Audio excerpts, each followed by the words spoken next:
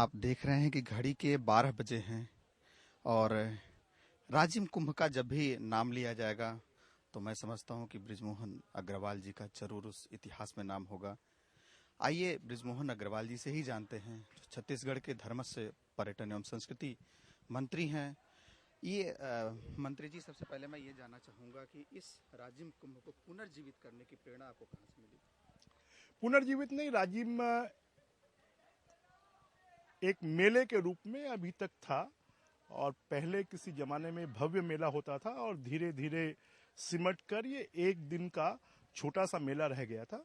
और छत्तीसगढ़ राज्य बनने के बाद कि छत्तीसगढ़ का जो इतिहास है वो गौरवशाली है। छत्तीसगढ़ अध्यात्म के मामले में, धर्म के मामले में बहुत गौरवशाली है कि ये माता कौशल्या की जन्मभूमि है, प्रभु राम का वनगमन मार्ग है, लोमस ऋषि का आश्रम यहाँ पर है, महानदी का उद्गम स्थल है, प्रभु वल्लभाचार्य का ये प्राकट्य स्थल है। यहाँ पर विश्व की प्रथम नाट्यशाला अगर कहीं पर है तो रामगढ़ में है। और ऐसे प्रदेश को देश और दुनिया में धार्मिक दृष्टि से, पुरातात्विक दृष्टि से, ऐतिहासिक दृष्टि से पूरा देश और दुनिया जाने। और इस दृष्टि से तत्कालीन राज्यपाल के.एम. सेठ साहब, माननीय मुख्यमंत्री रमन सिंह जी और हमने बैठकर कि ऐसा कोई आयोजन प्रारंभ होना चाहिए जिससे कि छत्तीसगढ़ की पहचान यहाँ की संस्कृति के अनुरूप बने। और उस समय ये विचार कि जहां पर बड़ी मात्रा में लोगों की जो आस्था है वो कुंभ के प्रति आस्था है।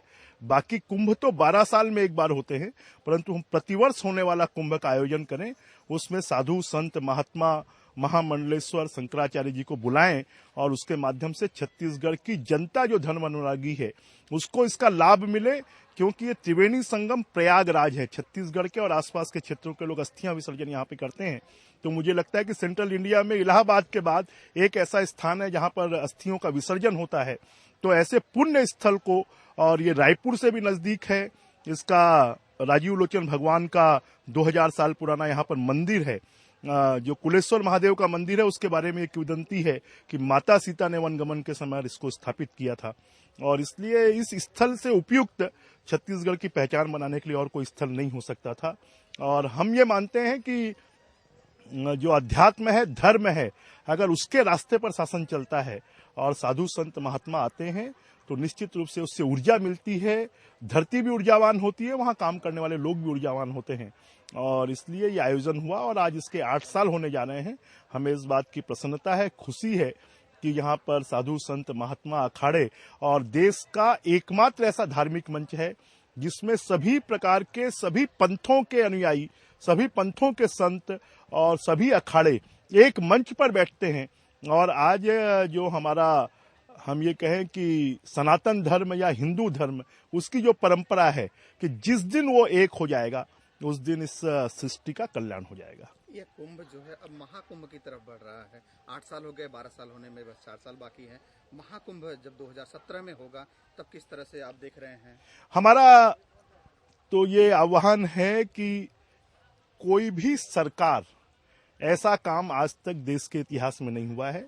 अगर किसी सरकार ने कानून बनाकर बजट में इसकी व्यवस्था कर ऐसा काम प्रारंभ किया है, जो काम किसी जमाने में राजा महाराजा या साधु संत करते थे, अब वो काम इस सृष्टि के मानवों ने किया है, तो उसको साधु संतों का, महात्माओं का, स्पिरिचुअल लोगों का आशीर्वाद मिले। और हम चाहेंगे कि 2017 में जिस दिन महाकुंभ होगा उस समय हमारे देश में होने वाले 4 कुंभों की तरह इसकी भी ख्याति अर्जित हो और लोगों को पुण्य मिले। क्योंकि छत्तीसगढ़ से सराउंडिंग्स जो 6 स्टेट हैं, उस स्टेट के लोग गरीब हैं और वो इलाहाबाद या वो हरिद्वार या नासिक या उज्जैन नहीं जा पाते हैं।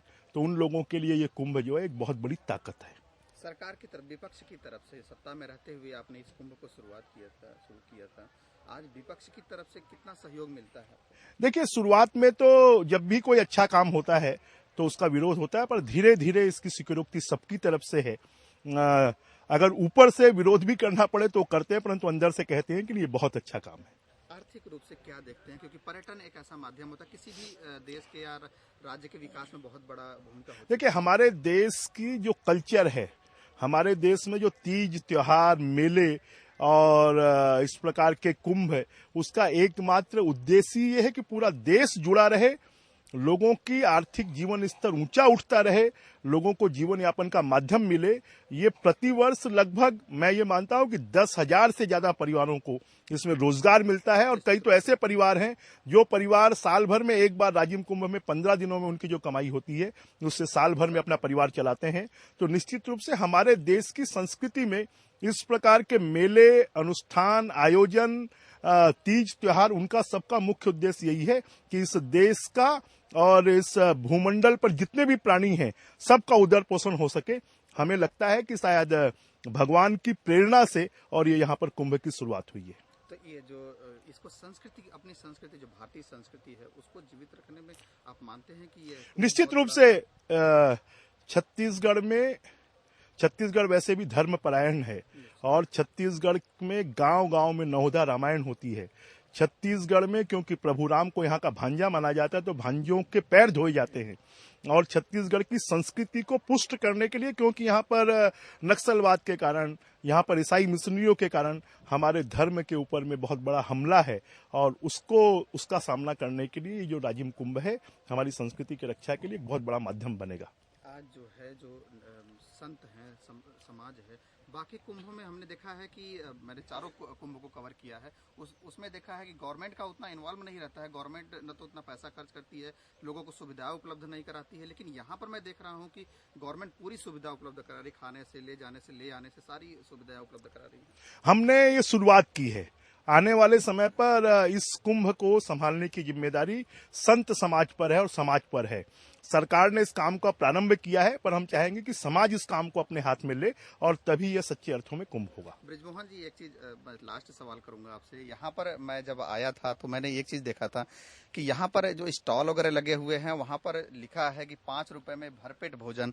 महंगाई देश में हो विदेश में हो, पूरी तंत्र जो है महंगाई से क्यों न जूझ रही हो, लेकिन छत्तीसगढ़ में आने के बाद जो है, मैं इंडियन रेलवे में देखता हूँ 7 रुपए में चाय देते हैं, लेकिन भरपेट भोजन छत्तीसगढ़ के इस मेले में मैं देख रहा हूँ। देखिए, छत्तीसगढ़ की सरकार ने भूख के ऊपर में विजय प्राप्त की है, भूख से मृत्यु के ऊपर में विजय प्राप्त की है। देश का एकमात्र राज्य है जिस राज्य में 1 और 2 रुपए किलो में लोगों को चावल देकर, और अब छत्तीसगढ़ में कोई भूखा नहीं सोएगा, किसी से भूख की मृत्यु नहीं होगी।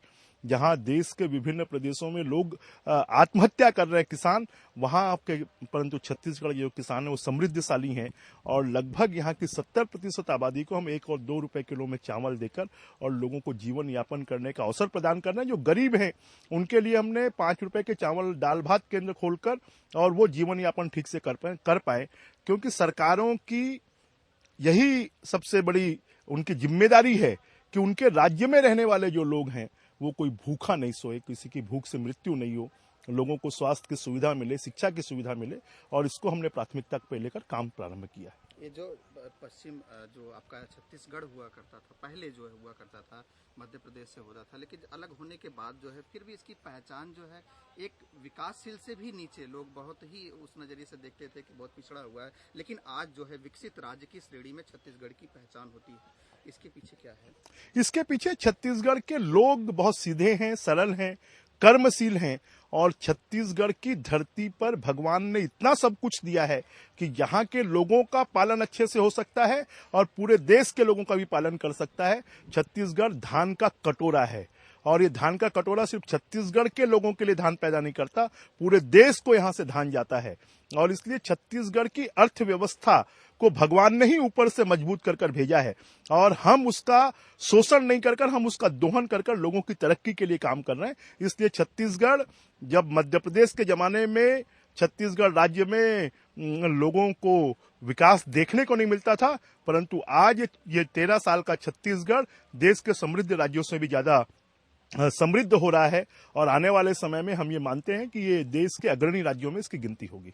राजनीति में जो है छत्तीसगढ़ को आज मैं समझता हूं कि लोग जो है एक मार्गदर्शक के रूप में देख रहे हैं। वो इसलिए देख रहे हैं कि आज विधानसभाओं में कुर्सियां चल रही हैं, थप्पड़ एक दूसरे के ऊपर मारे जा रहे हैं, लेकिन जो है कि यहाँ के विधानसभा में इस तरह का नहीं, सत्ता पक्ष विपक्ष एक साथ बैठता है और इस तरह की बातें करता है।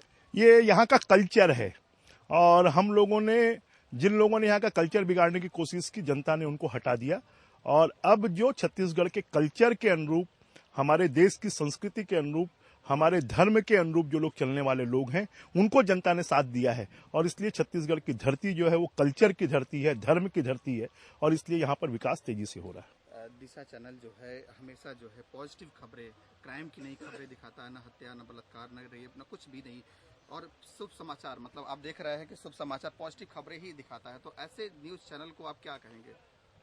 निश्चित रूप से आज जब हम ये कहते हैं कि अगर देश की संस्कृति बर्बाद हो रही है तो उसमें मीडिया का बहुत बड़ा रोल है। तो ऐसे समय पर ऐसे टीवी चैनलों की आवश्यकता है जो लोगों को संस्कार युक्त करें, संस्कृति दें, और लोगों में निराशा की भावना के बजाय उत्साह की भावना पैदा करें, और शुभ समाचार जो है वो इस प्रकार का काम कर रहा है। मेरी उसके लिए उनको शुभकामनाएं और बधाई है। होली का त्योहार है और अपने लोगों को क्या संदेश देना चाहेंगे? लोगों को हम ये संदेश देना चाहेंगे कि राजिम कुंभ जो देश के सब लोगों के लिए एक दिशा निर्देश देने वाला है, छत्तीसगढ़ राज्य का एक ऐसा धार्मिक अनुष्ठान जो सरकार के द्वारा आयोजित किया जा रहा है, इससे पूरा देश प्रेरणा ले, और आने वाला जो हमारा होली का त्योहार है वो भी हमारी धर्म आस्था से जुड़ा हुआ है। हम सबके जीवन में हमेशा रंग गुलाल उड़ता रहे, सबके जीवन में खुशी आए, यही मेरी शुभकामना है। इतनी एनर्जी कहाँ से मिलती है बृजमोहन जी की आप पूरी रात जो है दिन का काम निपटाने के बाद भी आप रात में 12 बज गए हैं, 2-2, 3-3 बजे तक आप आते हैं, इतनी एनर्जी कहाँ से मिलती है आपको? ये मैं मानता हूं कि ईश्वर की कृपा है और जनता का प्रेम है जो ताकत देता है, और ईश्वर की कृपा और जनता का प्रेम हम लोगों को एनर्जी देता है, ऊर्जा देता है, और लोगों की सेवा की प्रेरणा देता है, और वही हमारी ताकत है। बहुत बहुत धन्यवाद।